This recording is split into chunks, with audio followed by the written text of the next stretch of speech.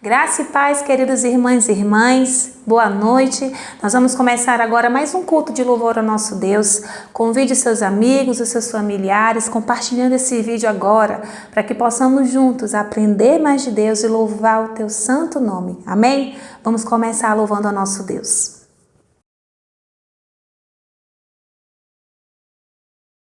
Boa noite, meus irmãos, graça e paz. Vamos estar orando ao Senhor neste momento. Senhor Pai eterno, obrigado, Senhor, por este dia. Obrigado porque o Senhor tem nos sustentado até aqui, ó Pai. Nos abençoa a cada dia, a cada momento. Nós possamos, neste momento, ó Pai, estar louvando e adorando o Teu nome, Pai. Nós possamos entender que nós só estamos aqui por causa de Ti, ó Pai. Que este momento de louvor e adoração, ó Pai, seja somente para Ti. Venha, fica conosco, abre o nosso coração para que possamos entender a mensagem através dos Seus louvores, ó Pai, através dos Seus céus, ó Pai. Nos abençoe essa noite, assim eu oro e agradeço, ó Pai. Em nome do Senhor. Amém.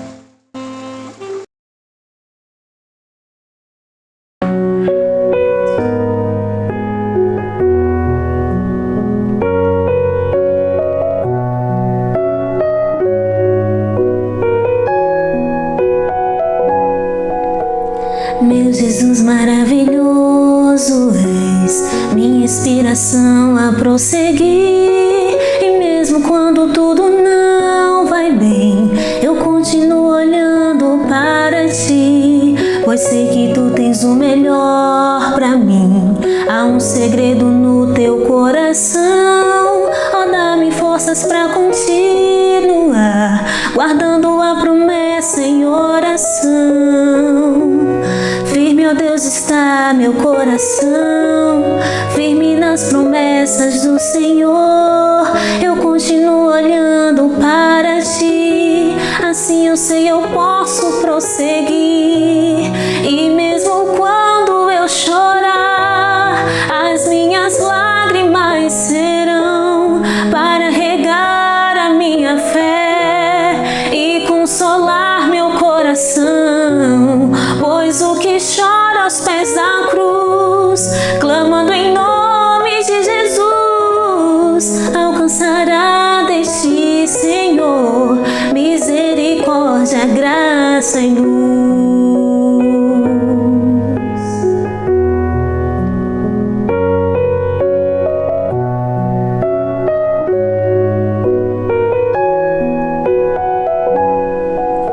Teu grande amor não cessa, eterno, não tem fim. Quão grande és Tu, Senhor, quão grande és pra mim. Tua graça é meu refúgio, descanso no Teu poder. Maravilhoso és pra mim. Firme, ó Deus, está meu coração, firme nas promessas do Senhor. Eu continuo olhando para Ti, assim eu sei eu posso prosseguir. E mesmo quando eu chorar, as minhas lágrimas serão para regar a minha fé e consolar meu coração. Pois o que chora aos pés da cruz, clamando em nome de Jesus, alcançará de Ti, Senhor, misericórdia, graça e luz. Firme, ó Deus, está meu coração, firme nas promessas do Senhor. Eu continuo olhando para Ti, assim eu sei eu posso prosseguir. E mesmo quando eu chorar, as minhas lágrimas serão para regar a minha fé e consolar meu coração. Pois o que chora aos pés da cruz, clamando em nome de Jesus, alcançará de Senhor, misericórdia, graça e luz. Misericórdia, graça e luz. Misericórdia, graça e luz.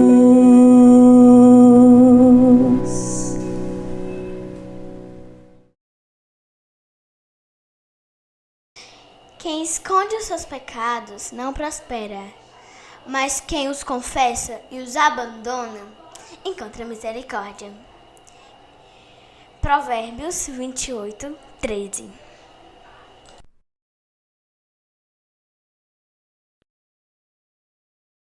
Pai querido, Pai amado, quero agradecer pelo privilégio de estar em Tua presença, agradecer porque o Senhor tem cuidado de nós, agradecer porque as Tuas bênçãos nos alcançam a cada manhã, agradecer porque se acordamos, se dormimos, se respiramos, é porque o Senhor é misericordioso.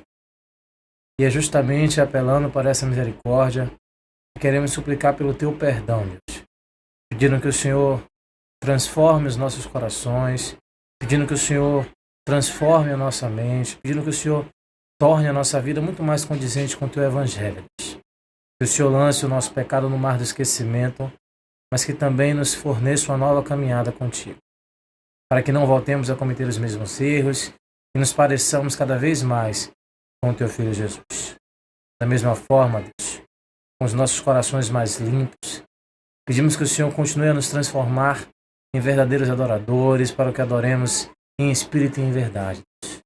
Nos abençoa, nos guarda, nos perdoa, coloca amor em nosso coração para que também possamos perdoar aos outros, Deus, porque é assim que ensina a Tua palavra. E muito obrigado por tudo, em nome de Jesus. Amém. A paz de Cristo, meu irmão. Esse é um convite para adoração. Não importa como é que você vai adorar o teu Deus, sentado, de pé, como você puder. Só não o adore com o coração endurecido. O Senhor é nosso Deus. Nas suas mãos estão as profundezas da terra. Os cumes dos montes lhe pertencem. Lá em Salmo 95, verso 1 diz: venham, cantemos ao Senhor com alegria. Aclamemos a rocha da nossa salvação. Aleluia. Nos alegramos porque entendemos que fomos feitos para adorar esse Deus. Nos alegramos porque entendemos que Cristo é a nossa salvação. Ele se sacrificou por nós para nos dar essa possibilidade. Jesus não é somente o objeto da adoração. Ele é a própria origem da adoração. Então enche-nos, Deus, do Teu Espírito.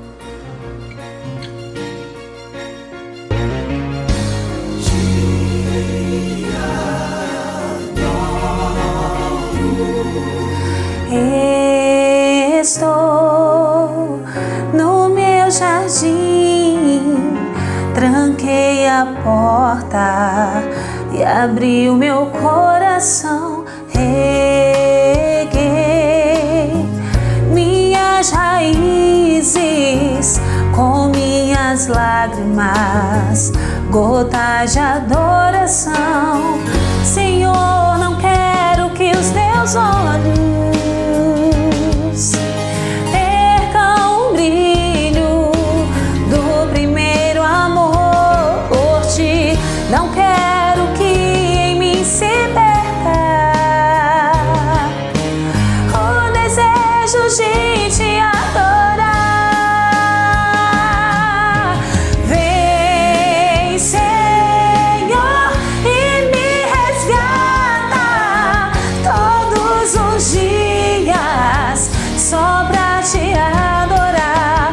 Quero ser teu bom perfume, primeira essência, jardim particular.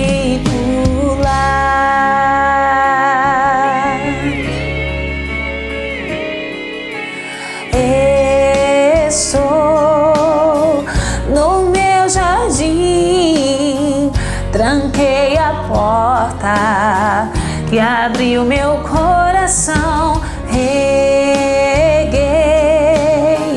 minhas raízes com minhas as lágrimas, gotas de adoração. Senhor, não quero que os meus olhos percam o brilho do primeiro amor por ti. Não quero que me se perca o desejo de te adorar. Vem, Senhor, e me resgata todos os dias só pra te adorar. Quero ser teu bom perfume, primeira essência, jardim particular.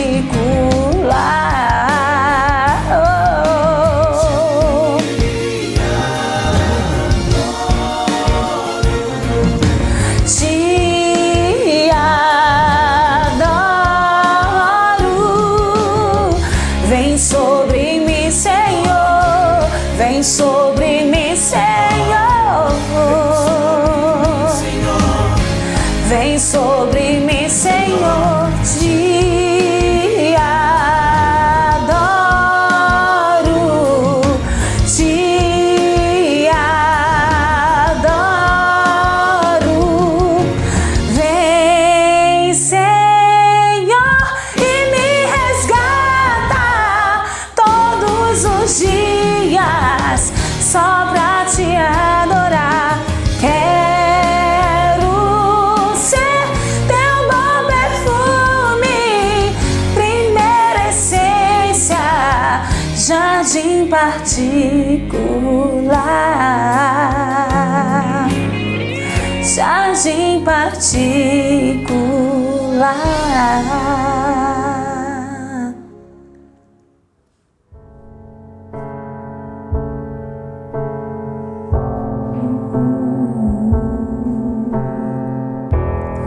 Mesmo na tribulação, posso não ver tua mão.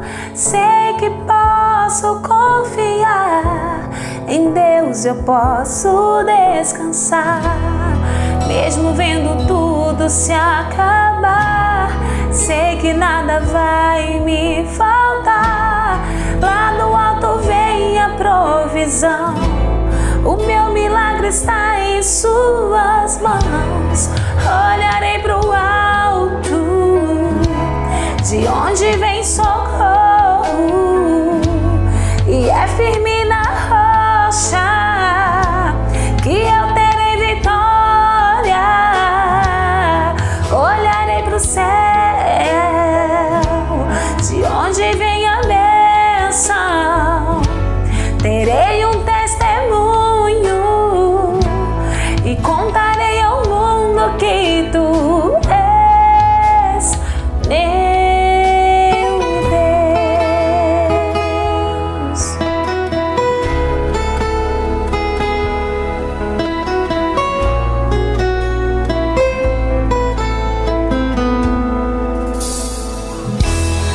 Mesmo na tribulação, posso não ver tua mão, mas sei que posso confiar. Em Deus eu posso descansar. E mesmo vendo tudo se acabar, sei que nada vai me faltar. Lá do alto vem a provisão, o meu milagre está em suas mãos. Olharei pro alto, de onde vem socorro, e é firme na rocha que eu terei vitória. Olharei pro céu, de onde vem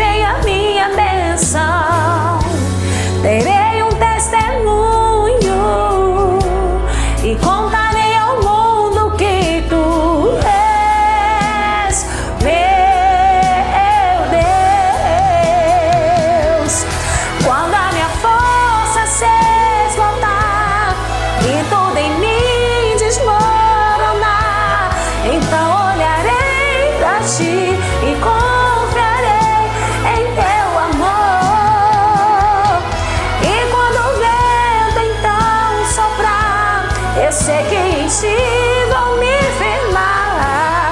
Então confiarei em ti e na promessa que fez a mim. A mim.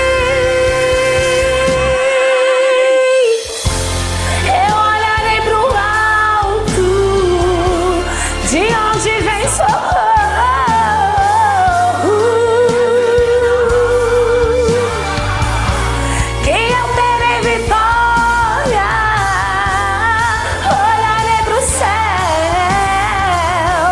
De onde vem a minha bênção, terei um testemunho e contarei ao mundo que tu és meu Deus.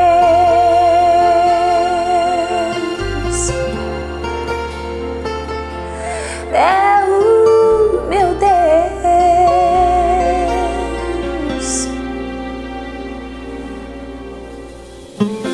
Amém.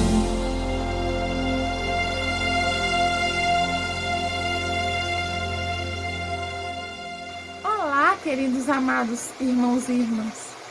Nós chegamos a um momento muito especial do nosso culto. Momento de edificarmos com a palavra do Senhor. Vamos fechar nossos olhos neste momento?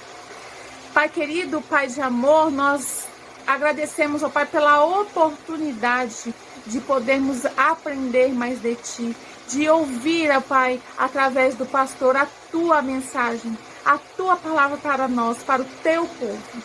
Obrigado, Senhor, porque Tu nos dás essa oportunidade, mesmo em tempos de dificuldades, ó Pai.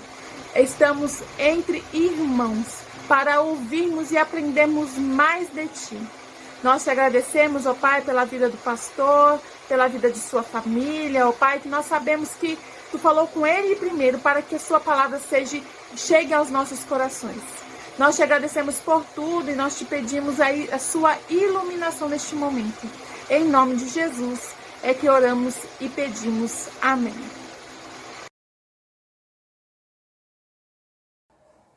Olá, queridos, queridas, pais. Evangelho de João, capítulo 2, do versículo 1 ao 11. Diz assim: No terceiro dia houve um casamento em Caná da Galileia. A mãe de Jesus estava ali. Jesus e seus discípulos também haviam sido convidados para o casamento. Tendo acabado o vinho, a mãe de Jesus lhe disse: Eles não têm mais vinho. Respondeu Jesus: Que temos nós em comum, mulher? A minha hora ainda não chegou. Sua mãe disse aos serviçais: Façam tudo o que ele lhes mandar. Ali perto havia 6 potes de pedra, usados pelos judeus para as purificações cerimoniais. Em cada pote cabiam entre 80 e 120 litros. Disse Jesus aos serviçais: Encham os potes com água. E os encheram até a borda. Então lhes disse: Agora levem um pouco ao encarregado da festa.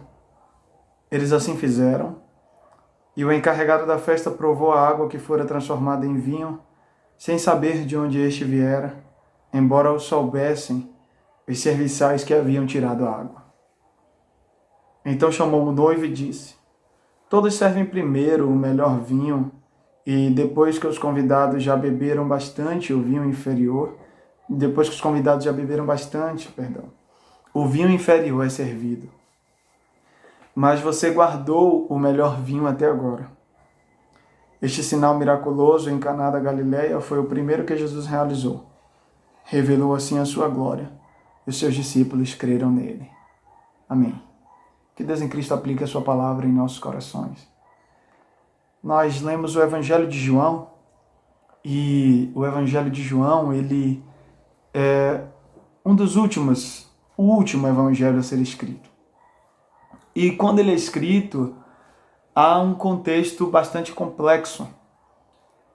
A perseguição aos cristãos, ela ganhou um formato muito mais grave, muito mais intenso. Os cristãos, na época do Evangelho de João, já estão sendo perseguidos por Nero. e já houve o Concílio Judaico de Jâmnia. E neste Concílio Judaico de Jâmnia, a tradição judaica decidiu, diante de toda a atrocidade que eles sofreram pela dominação romana, decidiram que tomariam posturas para corrigir os erros. E essa correção de erros envolvia uma retomada conservadora ou ultraconservadora. As mulheres não teriam mais voz nenhuma. Havia vertentes judaicas onde as mulheres estavam mirando algum protagonismo, mas no Concílio de Jâmnia se disse de uma vez por todas, olha, corta de uma vez por todas qualquer possibilidade de mulher com ascensão. Outra coisa que se cortou foi a leitura dos manuscritos gregos. No Concílio de Jâmnia foi definida a formação da Torá, e eles decidiram que somente ficariam na Torá os manuscritos que tivessem original em hebraico. Qualquer manuscrito de origem grega, ou seja, os escritos durante o período da diáspora, todos esses escritos foram abandonados, porque não representavam a fidelidade.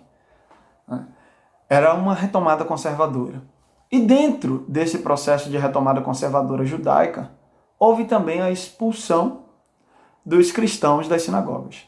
Os cristãos que tinham se convertido, mas ainda guardavam relações judaicas ou até mesmo práticas judaizantes, né, na sua vivência cristã, ainda eram frequentadores do templo, ainda apresentavam sacrifícios, porque a maturidade da graça ainda estava sendo desenvolvida nesses cristãos. Esses cristãos foram duramente expulsos do templo. Os cristãos se viram, então, em uma grande crise dentro da sua vivência, porque eles foram expulsos do templo e agora eles teriam que repensar, de fato, qual era a identidade deles.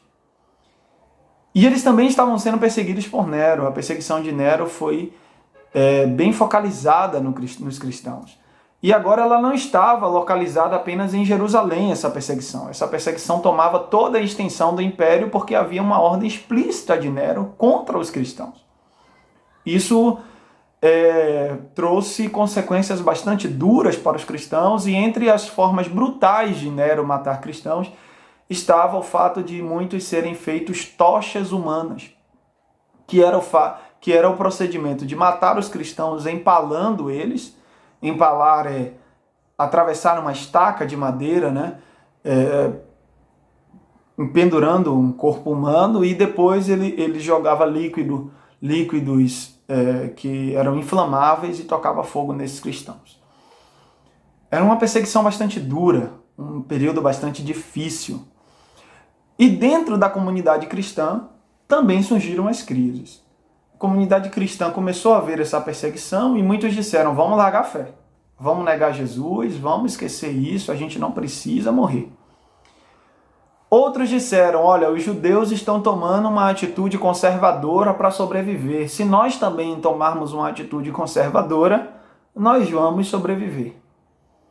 A questão é que a retomada conservadora judaica, quando foi aplicada nas comunidades cristãs, teve uma consequência muito mais violenta. Por que isso, pastor? Porque nas comunidades cristãs as mulheres tinham uma presença e uma liderança muito mais marcantes. As mulheres eram diaconisas, elas tinham liderança. A mãe de Jesus, Maria, na comunidade primitiva, nas igrejas, né, que estavam se formando ali, que a gente chama esse conjunto todo de igrejas ali, de igreja primitiva, essas comunidades elas eram marcadas pela liderança feminina. Quem lê, por exemplo, o capítulo 16 de Romanos vai ver uma ampla liderança feminina, né, ou casais trabalhando unidos e os dois tendo o mesmo peso de liderança. Vale ressaltar, por exemplo, Príscila e Áquila.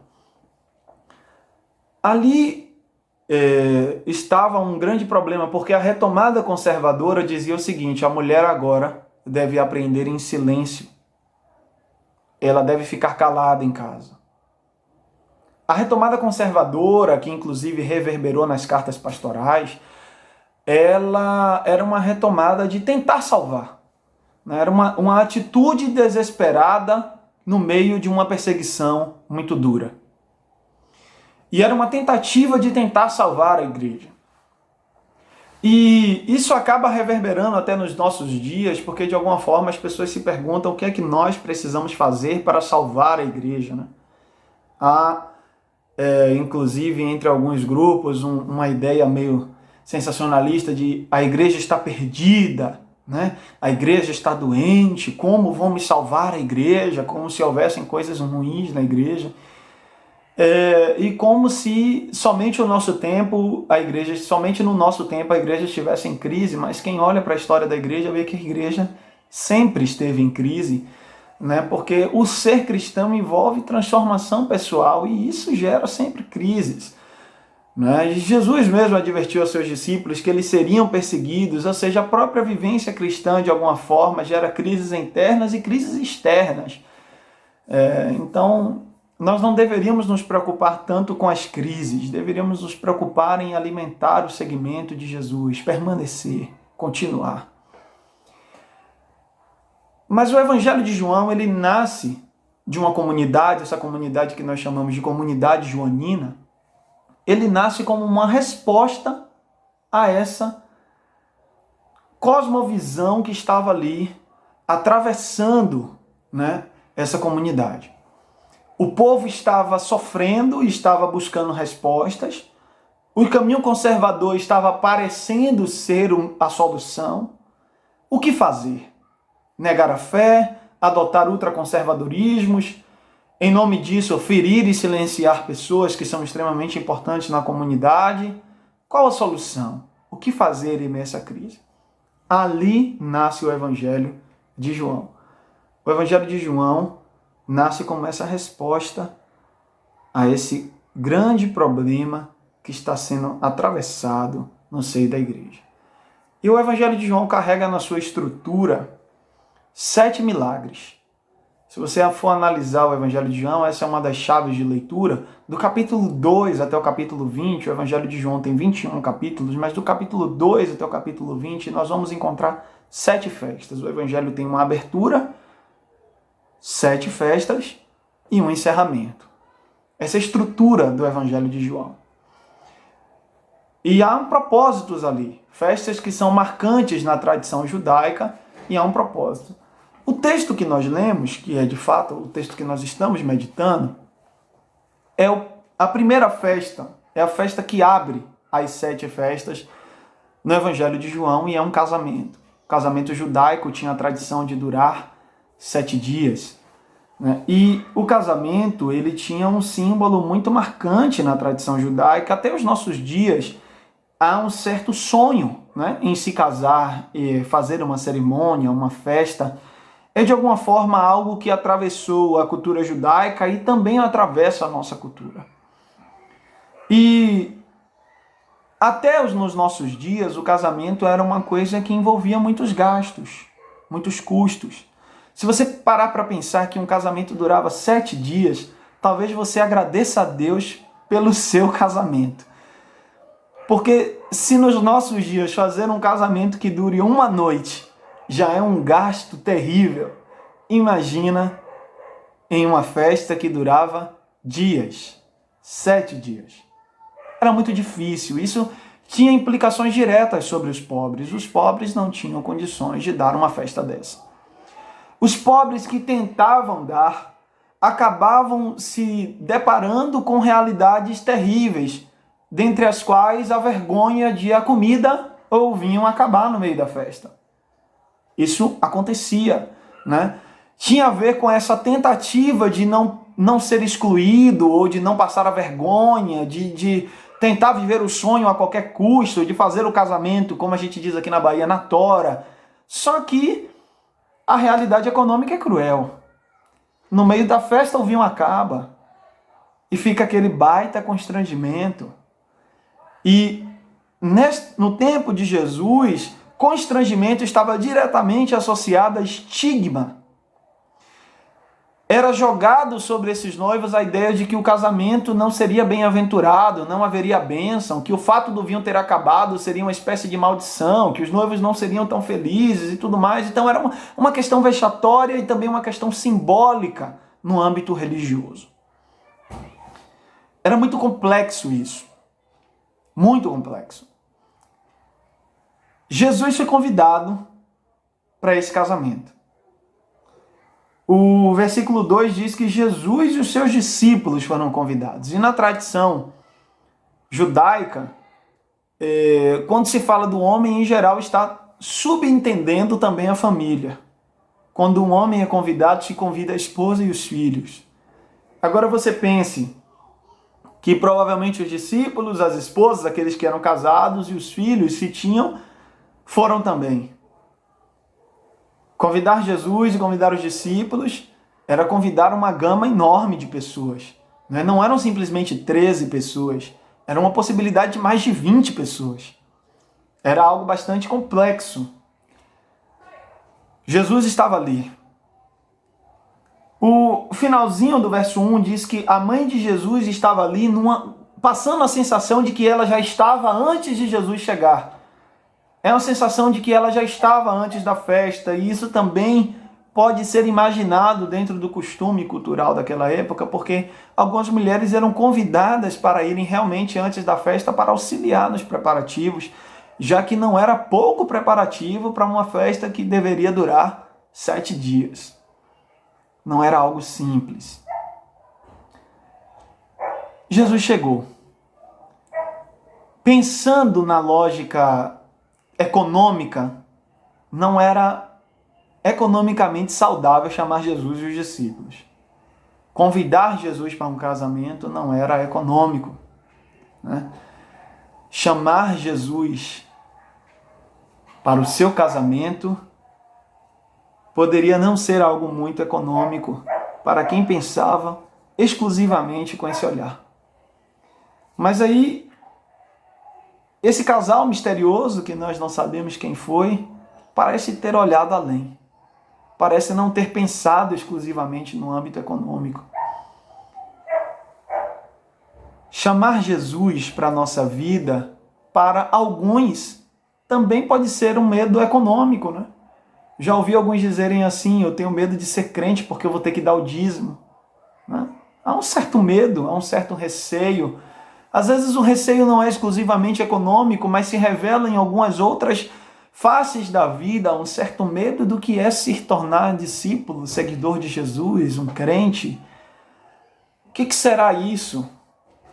O que será isso? E o Evangelho vai nos mostrando que, na verdade, chamar Jesus está para além de uma leitura superficial da vida. Chamar Jesus é ir além. A leitura superficial, materialista, preocupada com os prazeres do hoje, ela nunca dará conta da complexidade que é chamar Jesus para a sua história, chamar Jesus para dentro do seu casamento, para dentro da sua vida, para dentro da sua casa, para dentro da sua família. Chamar Jesus. É preciso querer ir além. O texto prossegue e o detalhe do verso 1, quando nos diz no terceiro dia, há alguns teólogos que interpretam que esse terceiro dia seja uma referência ao próprio casamento. Que fosse ali uma referência ao dia de casamento em que se estava, já que o casamento durava 7 dias, estava ali no meio da festa, no terceiro dia. E no meio da festa acaba o vinho. No terceiro dia se escreveria uma história de tragédia. No terceiro dia se escreveria uma história simbolicamente de morte, de estigma ruim. Jesus no terceiro dia faz o milagre. E no terceiro dia se torna um símbolo para aquilo que vai acontecer justamente com o próprio Cristo. No terceiro dia, quando se pensava haver a vitória da tragédia, houve a vitória da ressurreição. No terceiro dia, quando o vinho acaba. Há um detalhe nesse quesito do milagre, porque quem vê o vinho faltar é Maria. é uma mulher que vê o vinho faltar. E é ela quem desafia Jesus a tomar uma postura e começar o seu ministério. E o milagre veio da escuta que Jesus teve de uma mulher. Jesus escutou Maria. Escutar uma mulher foi a chave para um milagre no casamento. E talvez hoje, nos nossos dias, na minha e na sua vida, nas nossas relações familiares, o milagre dos nossos casamentos venha justamente em nós aprendermos a escutarmos as nossas mulheres. Escuta a mulher. Escutar a mulher como uma forma de viver um milagre. Alguns casais nessa vida atravessam crises, dificuldades, e muitas delas são perfeitamente compreensíveis, fazem parte da humanidade, da complexidade do relacionamento humano, mas o Evangelho está nos dando pistas. Pistas para vivermos um milagre, e uma delas é escutar a mulher. Talvez, meu irmão, a cura no seu casamento esteja aí. Escuta a mulher. Escuta. E nós, homens, temos uma cultura que não vem muito ao nosso favor, porque a cultura dominante nos nossos dias nos ensina a não ouvirmos a mulher. A mulher, ela é tratada culturalmente como alguém que não deve ser escutado. Escuta a mulher. Se uma mulher estiver falando, tenha o cuidado de ouvi-la até o fim. Nós temos uma tendência a interromper as mulheres. Escuta. Escuta com atenção, com vontade de ouvir, perceber, entender. Escuta com respeito. Escutar as mulheres. Nós precisamos aprender a escutar as mulheres. Num período em que as comunidades, tentando dar respostas conservadoras, achavam que as mulheres deveriam aprender em silêncio, só poderiam falar em casa. O Evangelho de João abre para nós os seus 7 milagres com a escuta de uma mulher. Era uma resposta da comunidade joanina, relembrando a memória de Jesus, dizendo, olha, o milagre vem quando se escuta a mulher. O próprio Jesus, a fonte do milagre, teve a humildade de escutar. É preciso escutar. É preciso escutar.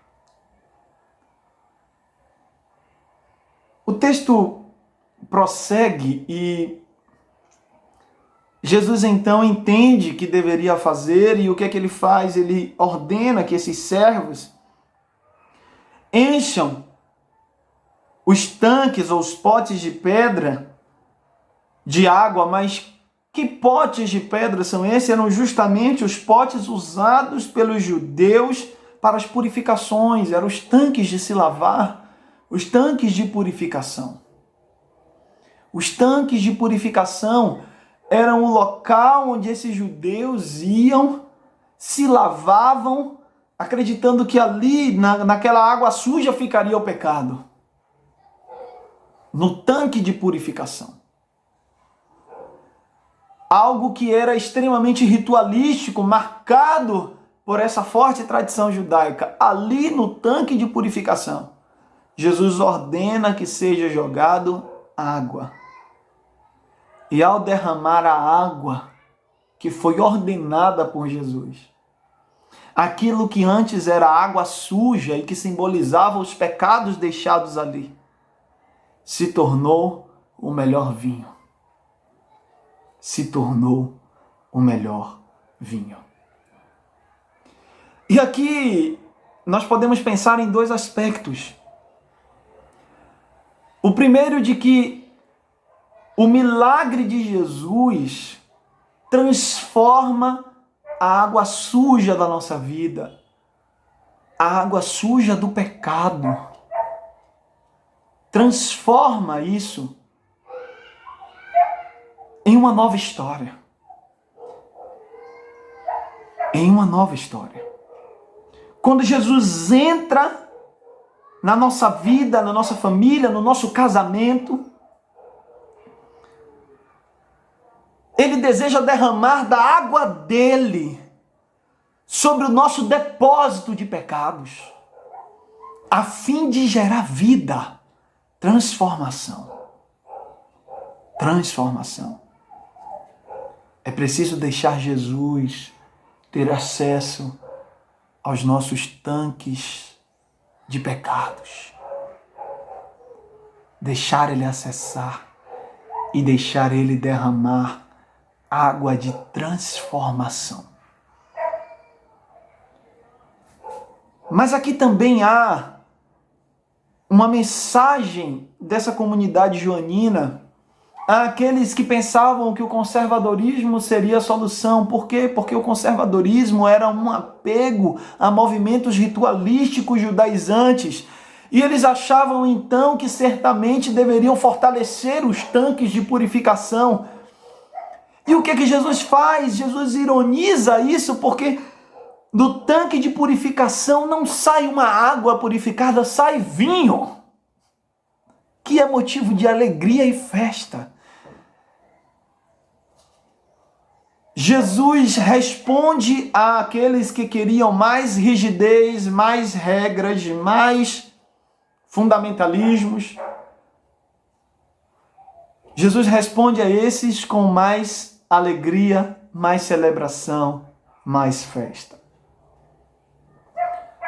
Há os que pensem que a cura da sociedade, a cura da igreja, a cura na sua casa, será pelo meio de mais rigidez, mais leis, mais punição. E Jesus mostra que o milagre naquele casamento veio em saber transformar depósitos ritualísticos em vinho. Em vinho. Sair do mero segmento de leis e do mero cumprimento de rituais e entrar na dimensão humana da alegria, da partilha da vida, do estar junto, da celebração da existência. Entrar junto ali. E o vinho, na cosmovisão bíblica, é muito marcado pelo símbolo que há no profeta Isaías, lá no capítulo 25 de Isaías, quando ele nos mostra que o vinho é símbolo do próprio banquete de Deus. Quando nos diz em Isaías, capítulo 25, versículo 6, diz assim: neste monte o Senhor dos Exércitos preparará um farto banquete para todos os povos, um banquete de vinho envelhecido. Olha o critério de Deus. Vinho envelhecido, com carnes suculentas e o melhor vinho. Vamos ler até o 8. Neste monte ele destruirá o véu que envolve todos os povos, a cortina que encobre todas as nações. Destruirá a morte para sempre. O Senhor, o soberano, enxugará as lágrimas de todo o rosto e retirará de toda a terra a zombaria do seu povo. Foi o Senhor quem disse. O vinho era símbolo do banquete que o próprio Deus prepara para a humanidade como resposta a todo o sofrimento e cativeiro que o povo passou nessa vida. O vinho é símbolo da alegria de Deus. Jesus responde ao apego e à rigidez fundamentalista com a restauração da alegria do próprio Deus, onde a vida é restaurada. O sorriso é retomado.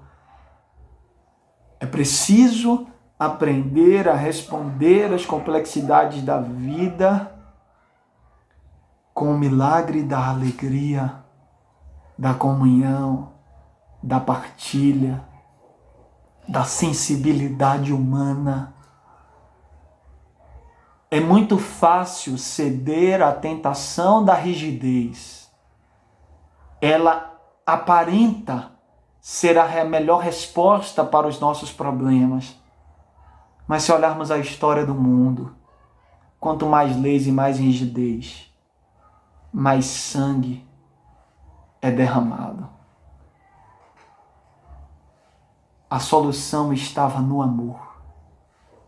O amor é esse transbordar da alegria, da restauração da vida. O amor é essa força que borbulha a vida em plenitude. A solução está no amor.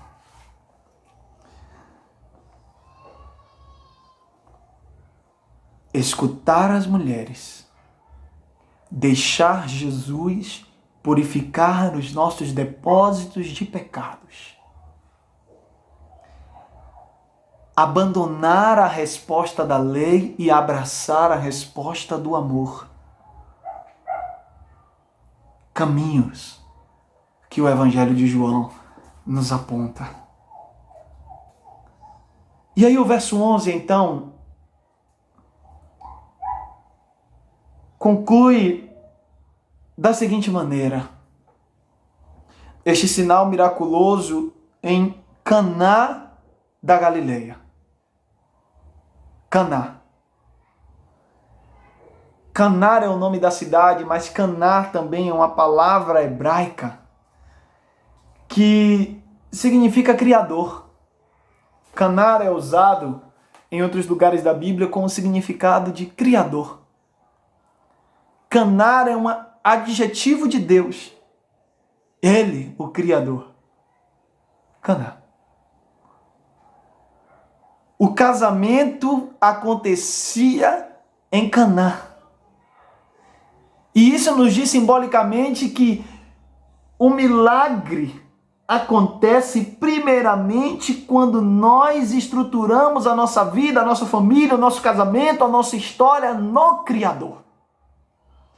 E por estruturarmos a nossa vida e a nossa história, a nossa família, o nosso casamento no Criador, nós aprendemos a escutar as mulheres.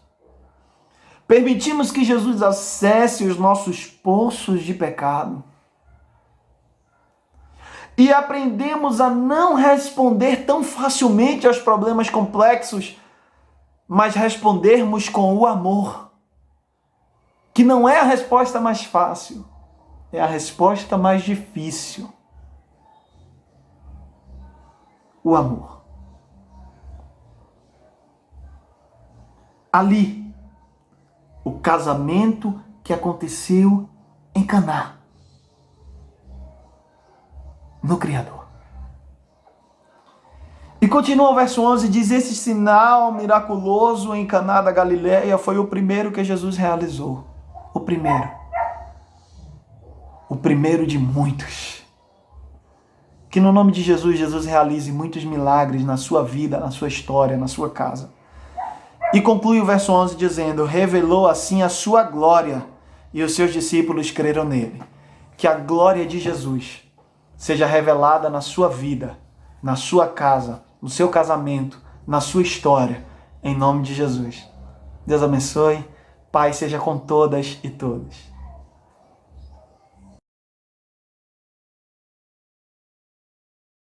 Agradecemos ao Senhor pela palavra ministrada nesta noite aos nossos corações, que ela encontre guarida, que nós possamos juntos colocar em prática tudo que nós aprendemos nesta noite. Amém? Irmãs, estamos chegando ao final desse culto abençoado, onde a palavra de Deus foi pregada. Eu peço agora que os irmãos fechem seus olhos e vamos orar juntos. Deus querido, obrigado, Deus, em nome de Jesus. Agradecemos porque podemos, nesta noite, louvar o Teu nome, Senhor, orar a Ti e ouvir da Tua palavra, Senhor. Que ela gere transformação verdadeira e genuína na nossa vida diariamente, ó Pai. Nesse momento eu peço a Tua bênção, ó Pai, sobre todos os irmãos, sobre todas as irmãs, ó Deus, que cultuaram a Ti, Deus, nesses momentos tão maravilhosos, ó Pai. Que o Senhor nos abençoe, que o Senhor sempre nos guarde, ó Deus, nos dando uma semana em paz na Tua presença, ó Deus. E que quando os momentos difíceis eles vierem, ó Pai, possamos buscar força e refúgio tão somente em Ti, meu Deus. Louvado seja o Senhor pela Tua palavra que nos alimenta todos os dias, ó Pai. Assim nós oramos, assim nós Te agradecemos, em nome de Jesus. Amém. Receber a bênção, meus irmãos. Que a graça do nosso Senhor e Salvador Jesus Cristo, que o amor de Deus, o Pai, que os dons e as consolações do Santo Espírito repousem sobre você, minha irmã e meu irmão, sobre a sua família, sobre a igreja do Senhor Jesus, espalhada sobre a face da terra, hoje e para todo sempre. Amém, amém e amém.